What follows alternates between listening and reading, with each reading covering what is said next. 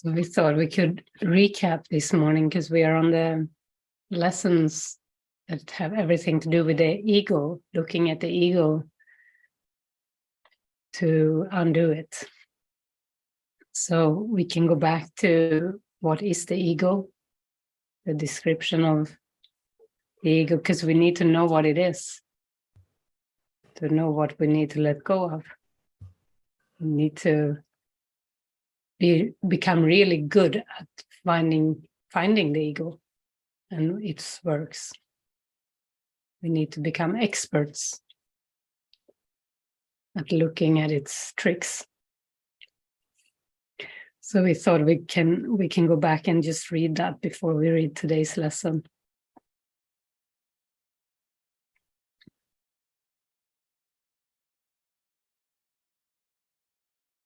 What is the ego? The ego is idolatry, the sign of limited and separate self, born in a body, doomed to suffer and to end its life in death. It is the will that sees the will of God as enemy and takes a form in which it is denied. The ego is the proof that strength is weak and love is fearful, life is really death, and what opposes God alone is true. The ego is insane.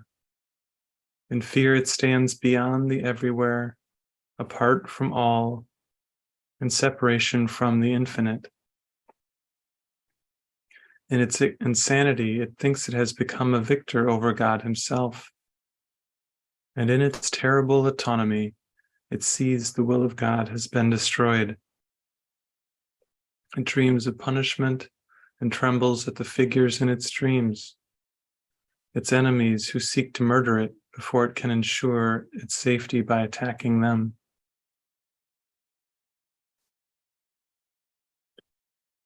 The Son of God is egoless. What can he know of madness and the death of God when he abides in him? What can he know of sorrow and of suffering when he lives in eternal joy? What can he know of fear and punishment, of sin and guilt, of hatred and attack, when all there is surrounding him is everlasting peace, forever conflict-free and undisturbed, in deepest silence and tranquility?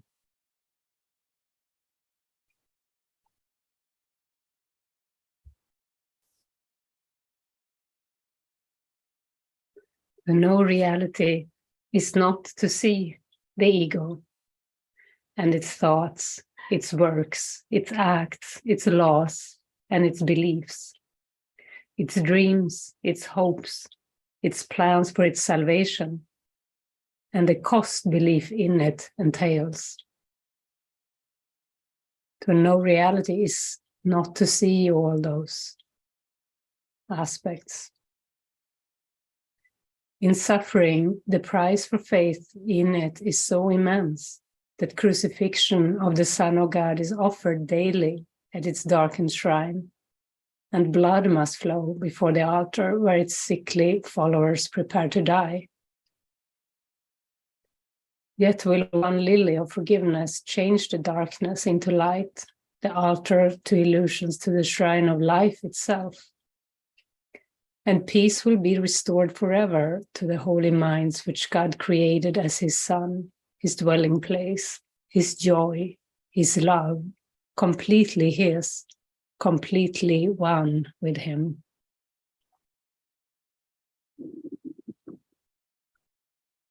And I see that as one thought of forgiveness, one lily of forgiveness will change all of this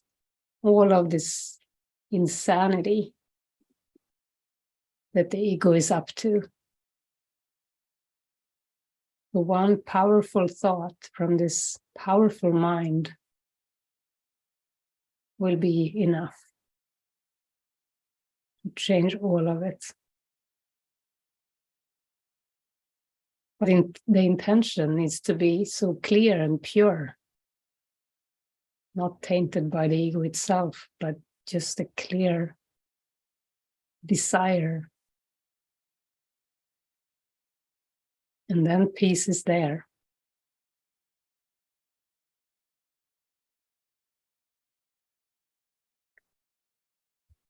So we can go to today's lesson after we have had this preparation now.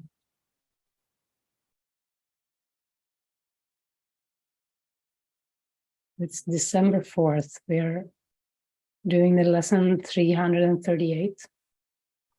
I am affected only by my thoughts. I am affected only by my thoughts. It needs but this to let salvation come to all the world. For in this little thought is everyone released at last from fear. Now has he learned that no one frightens him, and nothing can endanger him. He has no enemies, and he is safe from all external things.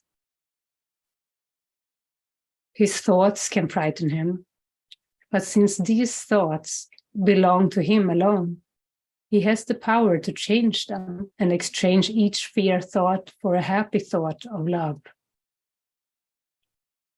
He crucified himself, yet God has planned that his beloved Son will be redeemed.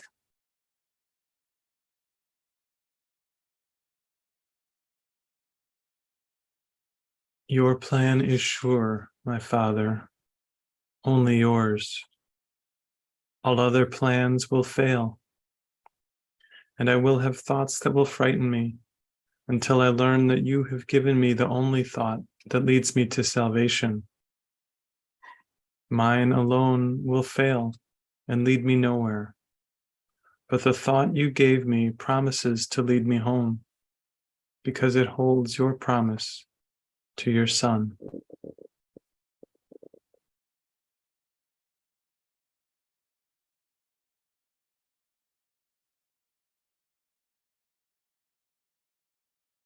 I am affected only by my thoughts.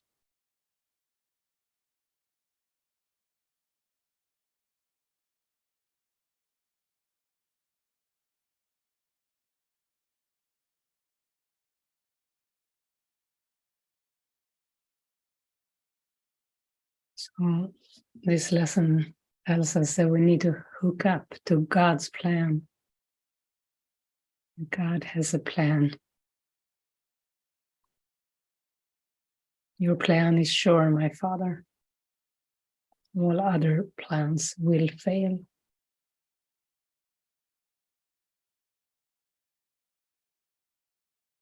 So this means that we are invited to listen to God's thoughts, to replace our fearful thoughts with God's thoughts.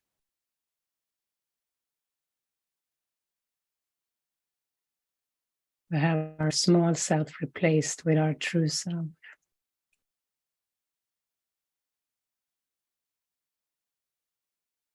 Release all our fearful thoughts.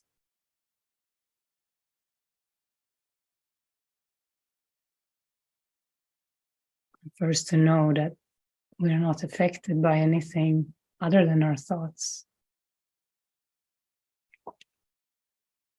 Jesus says that thoughts are dangerous to bodies.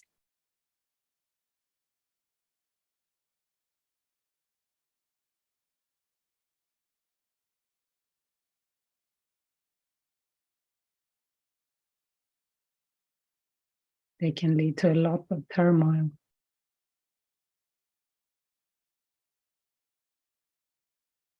That's why it's an urgent need to replace our thoughts with God's thoughts. I could say it's an emergency. If we want to stop suffering, get out of pain.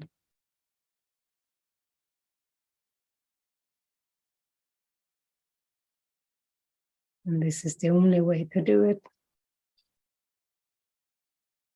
To release the ego. To see that it's only by our own thoughts we can be hurt or affected.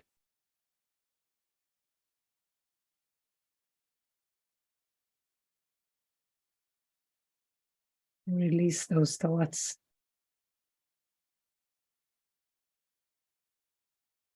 Make room for God. Open up to God.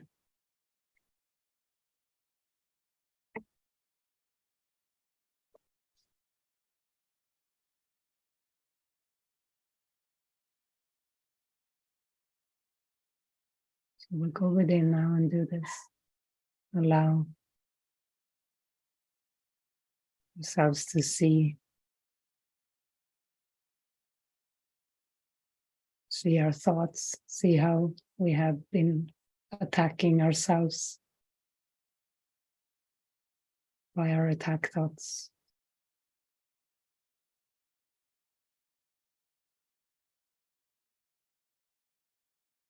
And release them.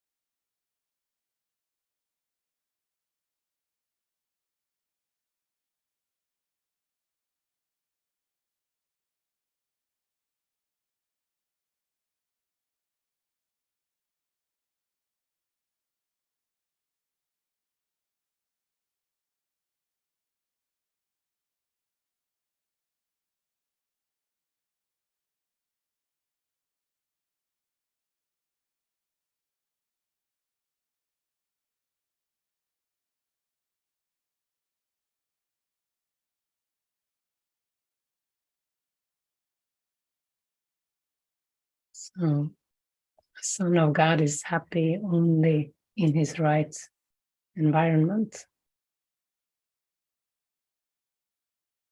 Son of God is happy only with God, not alone, not lost in the illusion of what he thinks he is.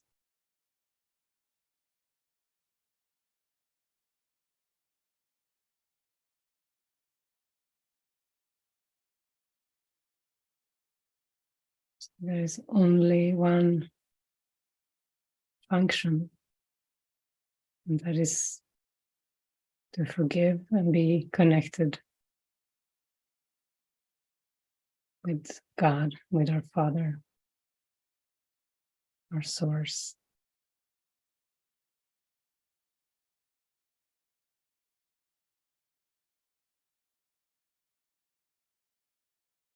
You will find this place of truth as you see it in your brothers. For though they may have deceived themselves, like you, they long for the grandeur that is in them. And perceiving it, you will welcome it, and it will be yours. For grandeur is the right of God's Son, and no illusion can satisfy him or save him from what he is. Only his love is real, and he will be content only with his reality.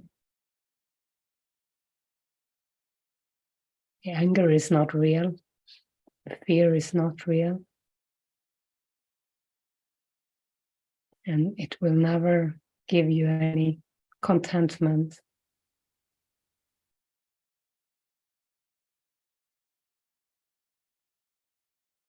Save him from his illusions, that you may accept the magnitude of your Father in peace and joy. Save your brother from his illusions, from the illusions that you perceive.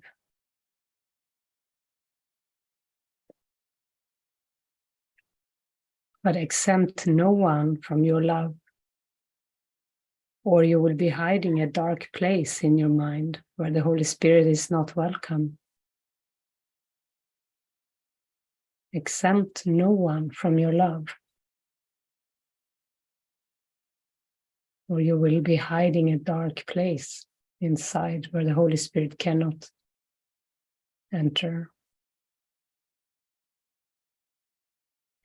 And thus you will exempt yourself from his healing power. For by not offering total love, you will not be healed completely. Healing must be as complete as fear, for love cannot enter where there is one spot of fear to mar its welcome.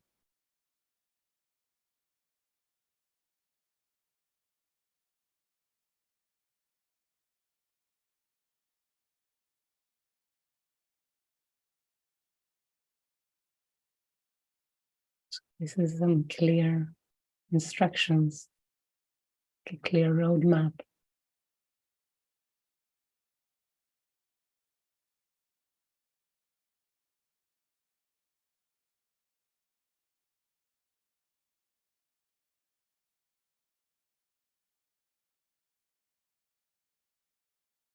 I think it's good that Jesus has told us what the problem is and what the answer is. Then we don't have to be confused about our function. Then we know our function is forgiveness and only that. Then we know what to focus on. If we focus on defensiveness or being right, then we are lost. Then we are separated. We cannot keep one unforgiveness, because then the whole separation is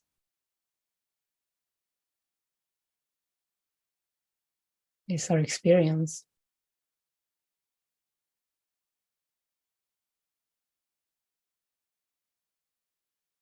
We need to bring this one lily of forgiveness to the unforgiveness.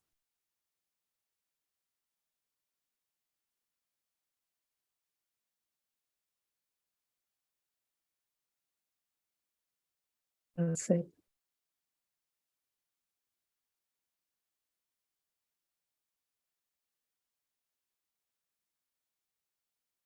It's good to know that it's only our thoughts that is the obstacle, only our own thoughts, not other people's thoughts. I can be affected by nothing but my thoughts, only by my thoughts.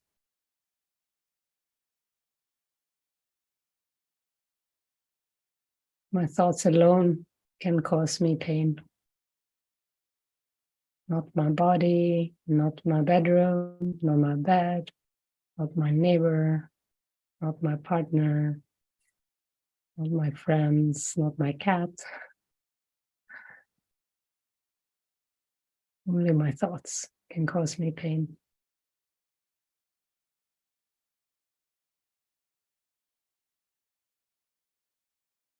It's clear. We know where to go then for the healing. I like getting things clear.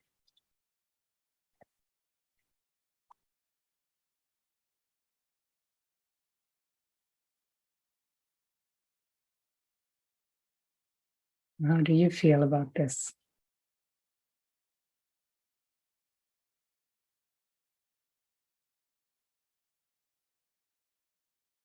Doesn't it feel good?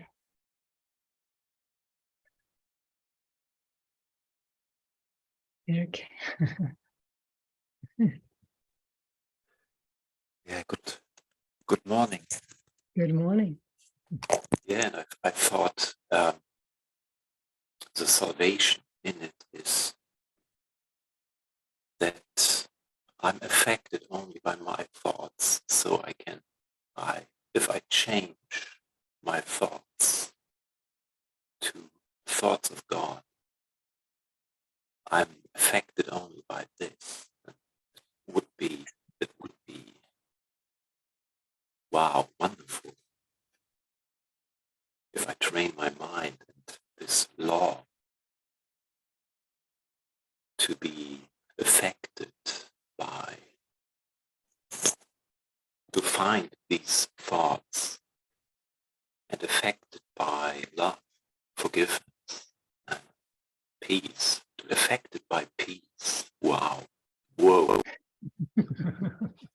to stay with this would be such a beautiful idea. And to dare it, to do it. Yeah. Yeah. I feel all these other thoughts came so clearly.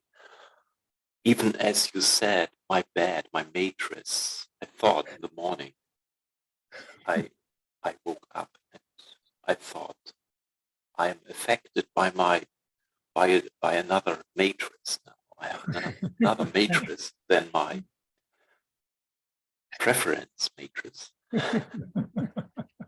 And I thought I'm affected by it. Even in my sleep. That I couldn't slept enough, deep enough, and affected by this matrix. Oh, and it's a problem. Yeah. It's and that's how much fear there is to really look. Oh, excuse me. Well, there's so much fear to look at what we really are affected by. The belief that we're separate from God, that makes this neurotic existence where we project that we're affected by a mattress or a man or a woman, yeah, or a living situation or anything.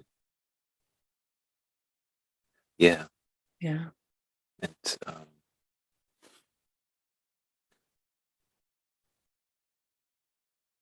it seems so much, so a lot of, plenty of thoughts, my attack thoughts about, it seems nearly everything. Want to attack, my ego wants to be alive, to be alive, to survive. My ego wants to survive, I feel it. And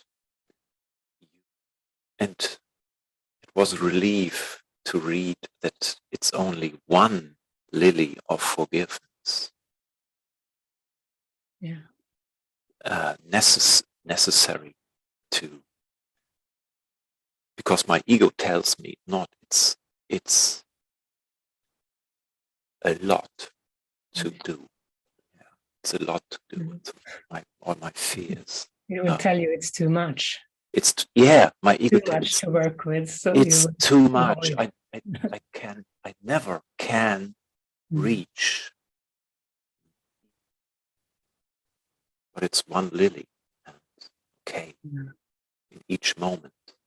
Yeah. In each, it's just a moment, one moment, not timeline. One moment, one lily for my brother. It's beautiful. Yeah. Yeah. Yeah. Thanks for sharing. Yeah, thank you. Yeah, and I like your little insights there, not so little, but if you choose the thoughts of God, you will only be affected by God. Yeah. You know, the thoughts of God. Yeah, thank you. Yeah, thank you.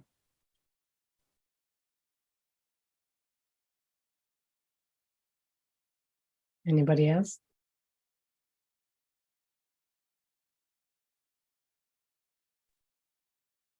So I want to share something about like a symptom I have in my chest. I think I don't know if I shared that with you briefly, maybe.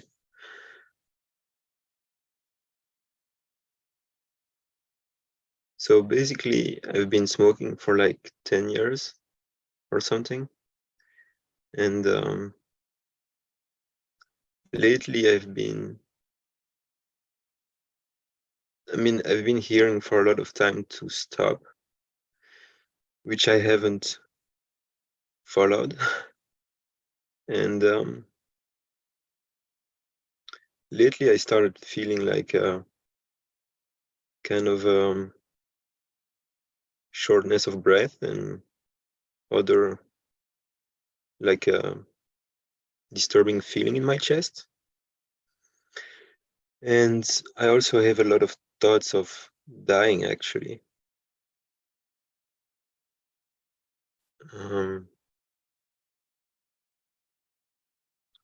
Yeah, like yesterday, while getting asleep, actually, I thought at some point I might not wake up, you know. Mm. And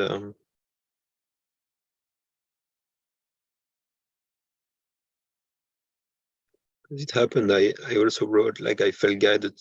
I'm actually in silence in my parents' house for now, like for 3 or 4 weeks or something.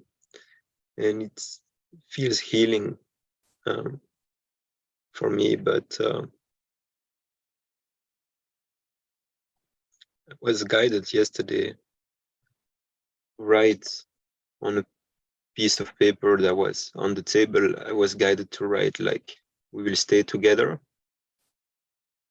And you know, that also, like, when I was in my bed, I was like, why did I wrote this? And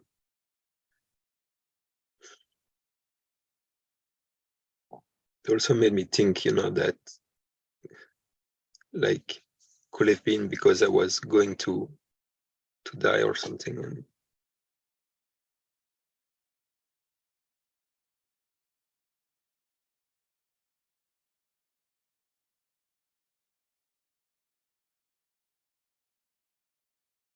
but yeah, like around this feeling I have in my chest, you know, I feel like it's somehow linked to like kind of stubbornness I have, like What did you say? like a stubbornness, being stubborn. I don't know how to pronounce. And but also like the fear associated with it was huge. Like it was, I could like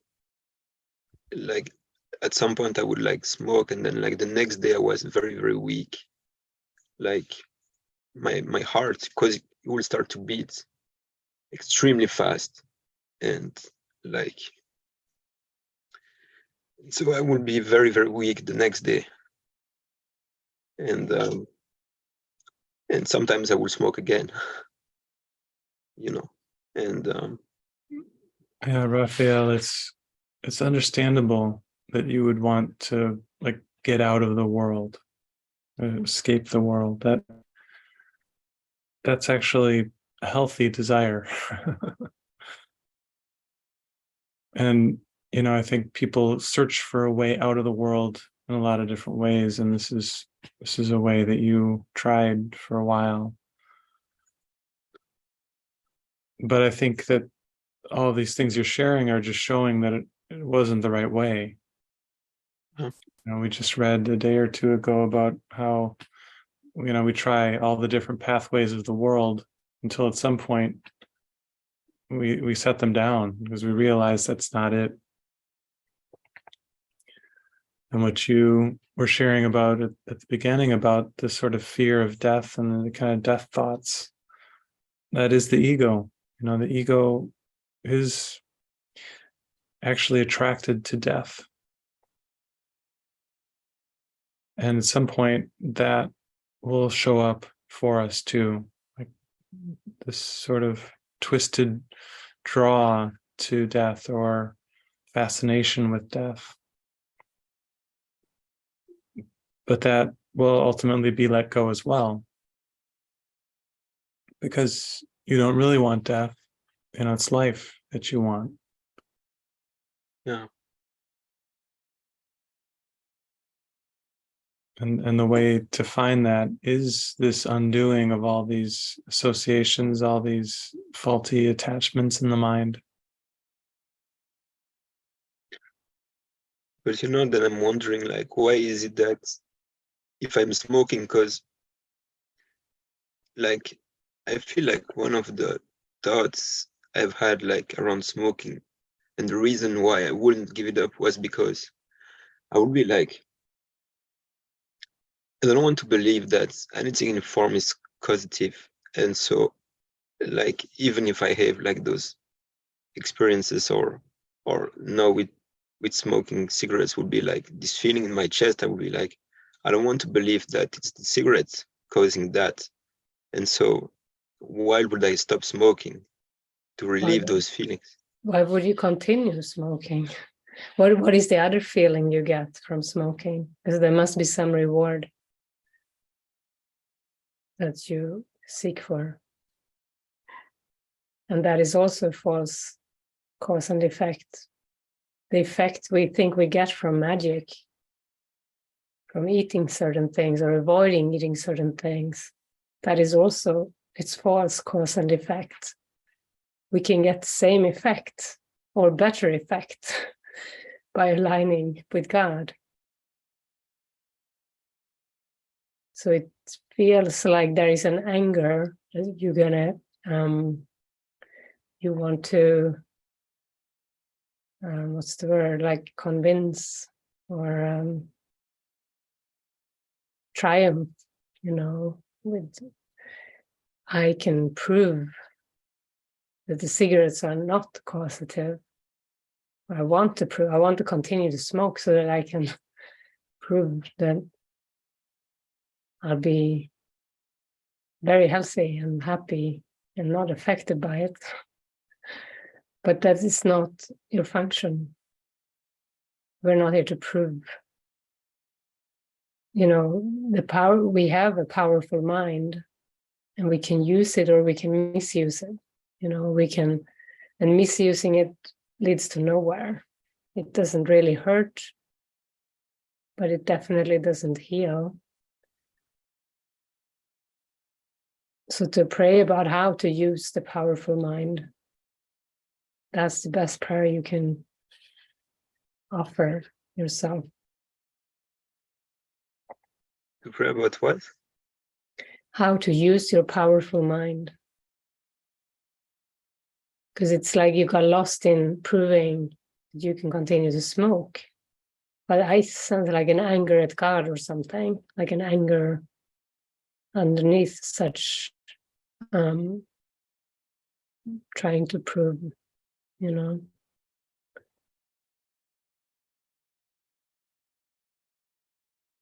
And this means separation, and separation means sickness.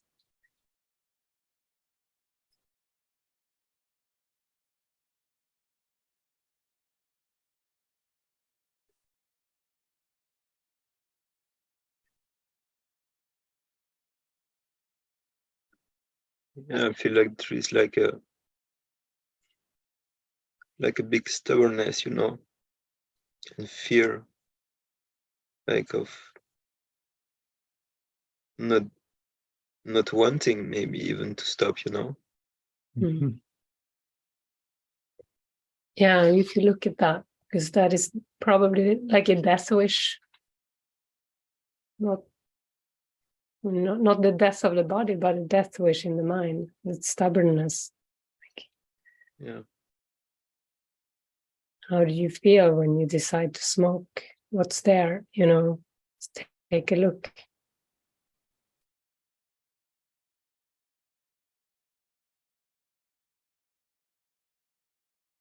Maybe I can just like kind of pray on it and look at it and yeah, and if I have like some more to share in the coming days or weeks about it.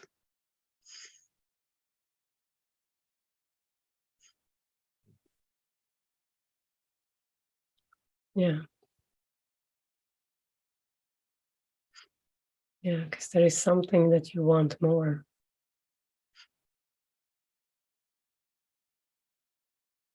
I guess it's just difficult, you know, like the in my mind when I look at it, you know, it's not very clear, like the kind of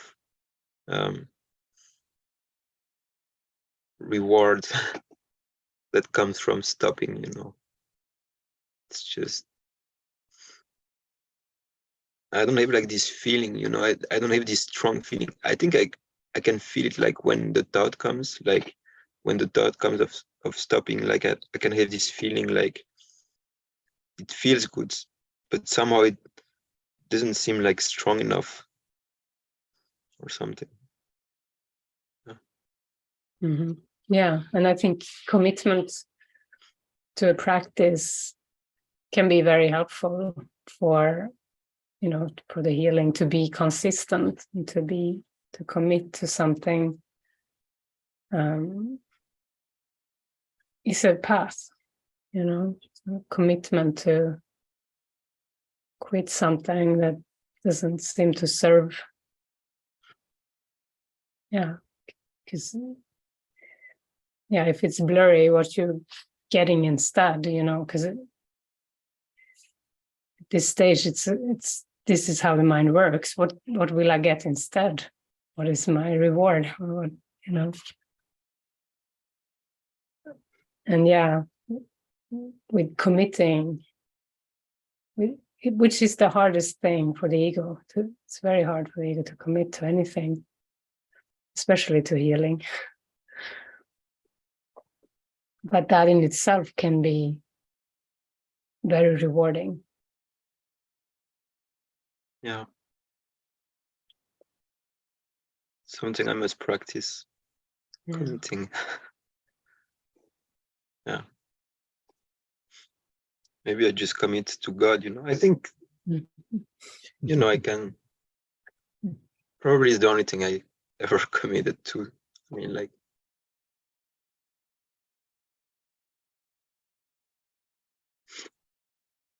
He is very wise. Commit to God. Mm.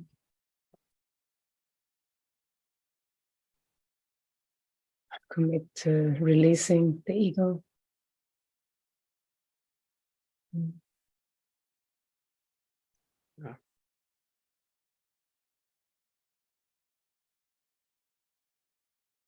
Well, I'll join you in that commitment. What? Well, I'll join you in that commitment. Okay. Thank you. Mm.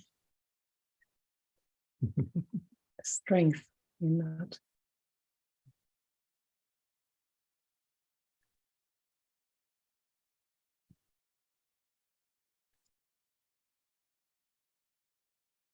Sandra?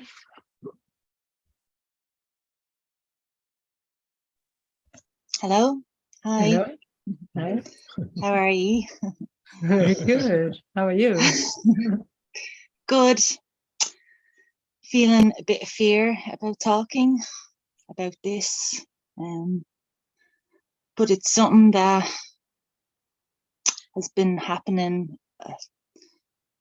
for a long time. I think I was about 18, as if I can remember correctly, and it's something that's held me back kind of like my whole life, really.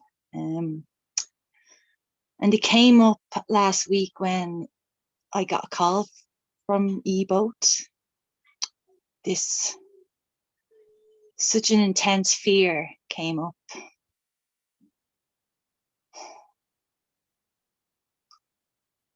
And it was frustrating because the bigger part of me wanted to talk and you know, such a strong part of me felt like I really wanted to talk, but just this fear just around speaking. And also when it came up and I felt I got more in touch with it, and I could remember things from when I was 18 and I left school and I started a job, and the two people that were in charge, just this, I think this like comparison or feeling inferior, like not enough, you know, I looked at them like they were above me, they were, you know, in charge, and just this fear, yeah, just feeling uncomfortable, not being able to relax. And then just all throughout my whole life, just anyone who I deemed to have, you know, higher self-esteem or being really strong or confident, I just always felt inferior, just this inferior complex, or I don't know what is really. I can try to kind of go into it and think about why. And I think that's why. I don't know what it is, but it came up when you rang me, because in some ways I think of ye as, you know, higher, you know, you don't have an ego, you're more present than me, you're more stronger than me. And it's just all these comparisons throughout my whole life with people. And it just goes down to this never feeling enough, you know, just never enough.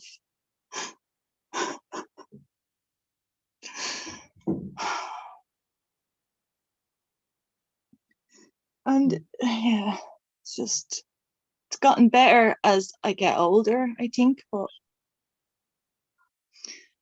it's just something that I just want to expose, something that I want to give over. I want to say it out, even though there's a lot of shame there, especially when I'm speaking to you about it. But I want to just be done with it, you know. Yeah. I want to expose it. Yeah. Yeah. A lot. Thank you. And I think that it is a very powerful, magnificent mind part of you that wants to expose it, wants to release, because you there is like this feeling that is not really true. It's not really true. Yeah. And you want to experience the fullness, the truth of who you are. Yeah. Yeah. I do, yeah.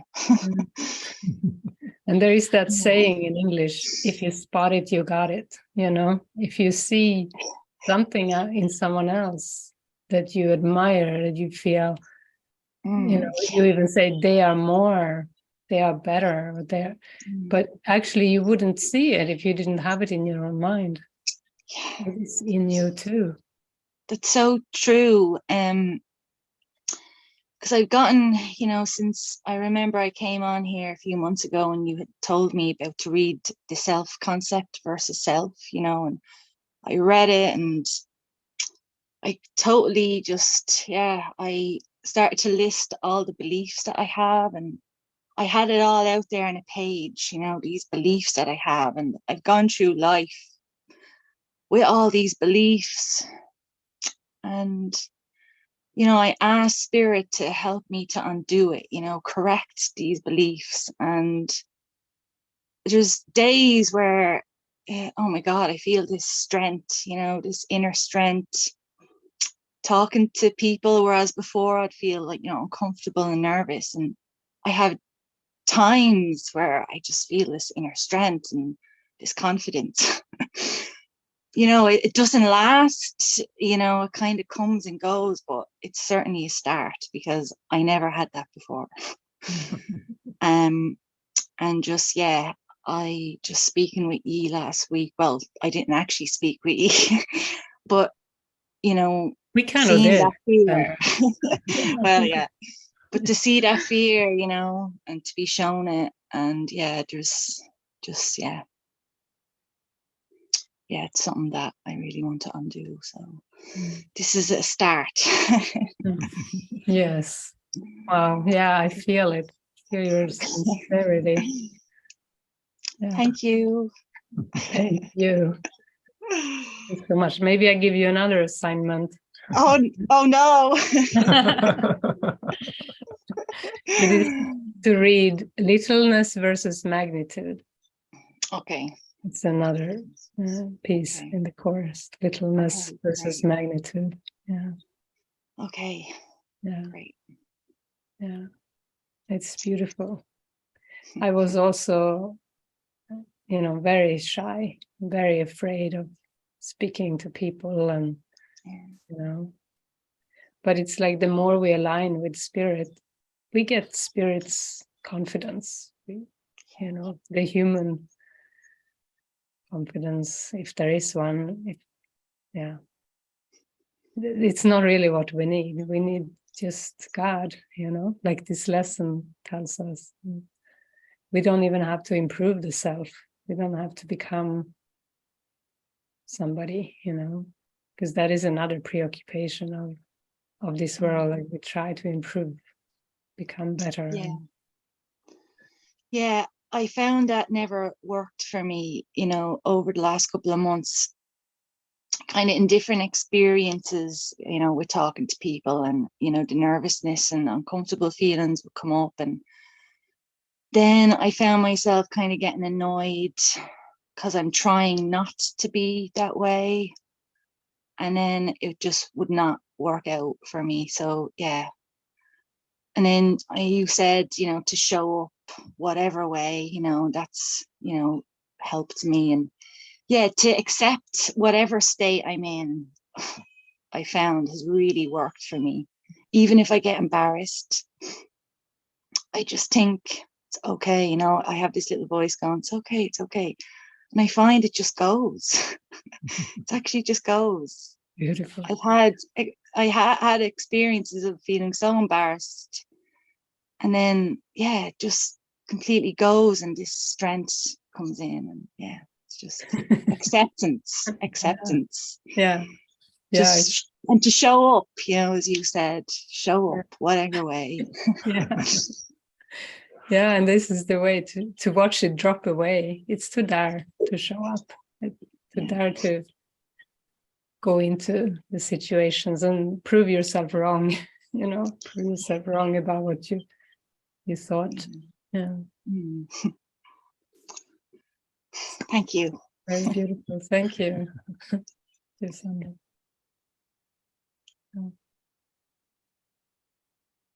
Yeah.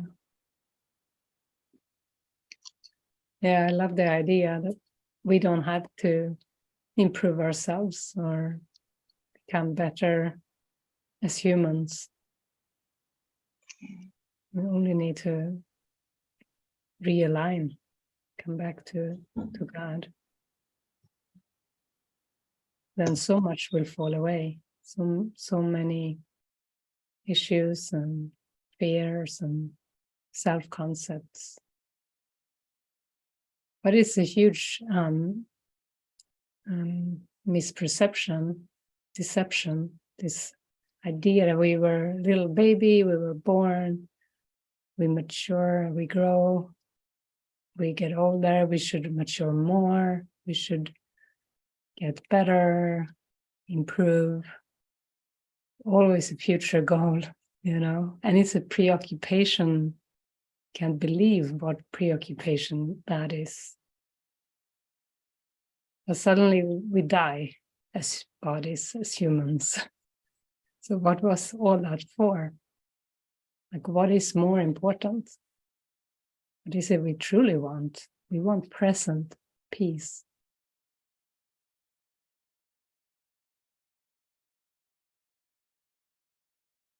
And that's all. And that's all we need to work for. It's not to work, it's to show up. Release the blocks right now. This future goal is, it's so deceptive because it doesn't exist. There will always be the future. It makes me think of The Island, the movie, where they keep wanting to come to this island, this future reward. But they killed people. It wasn't, it didn't even exist, this island. It was death. So future goal is death. That movie shows that. The freedom was to break free from the thought system, from the barriers within the mind, not something external.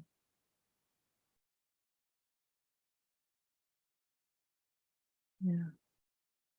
And that's a wonderful undertaking.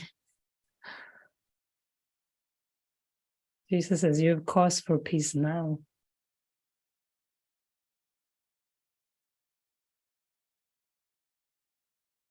And the ego doesn't want you to know that you have cause for peace now. It will count up so many things, so many reasons why you can't have peace now. And they're all external problems. Even the body is external to who you are.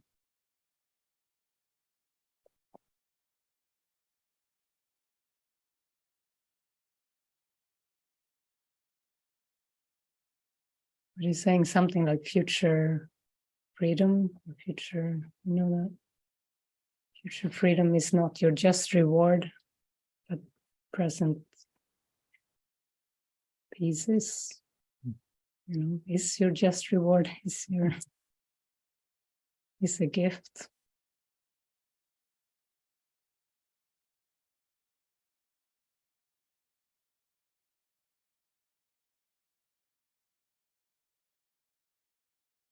I'm gonna look up that line I was trying to quote.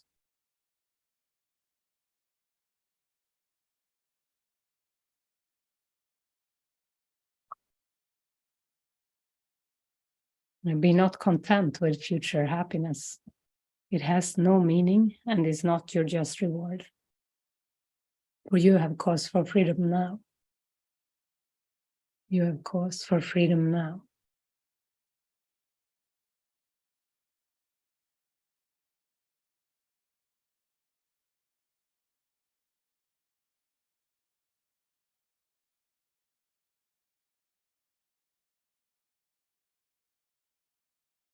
And the body would be the only reason, in the ego's world, in the ego's way, the body is the reason why you can't have freedom now. Believing you are the body is the imprisonment.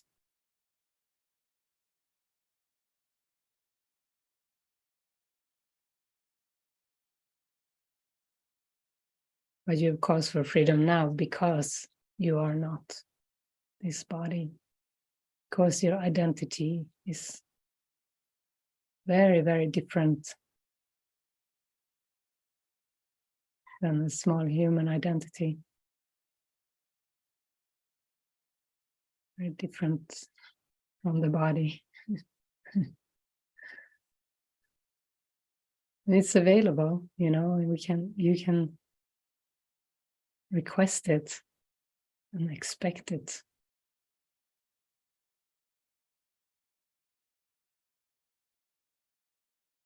To be in your mind, to be in your experience, to be you, to be your experience.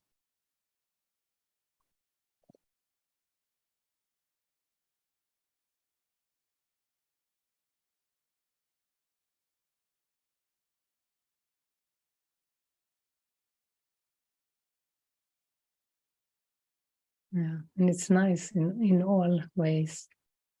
Practice the release, the self-concept.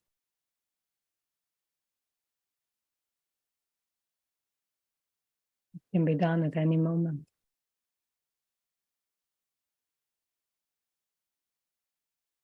And I'd say it can only be done in the present moment.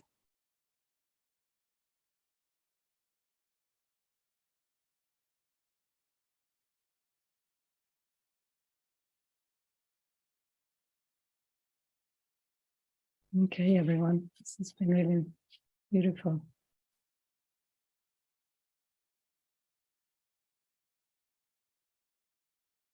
So happy practicing with I'm affected only by my thoughts.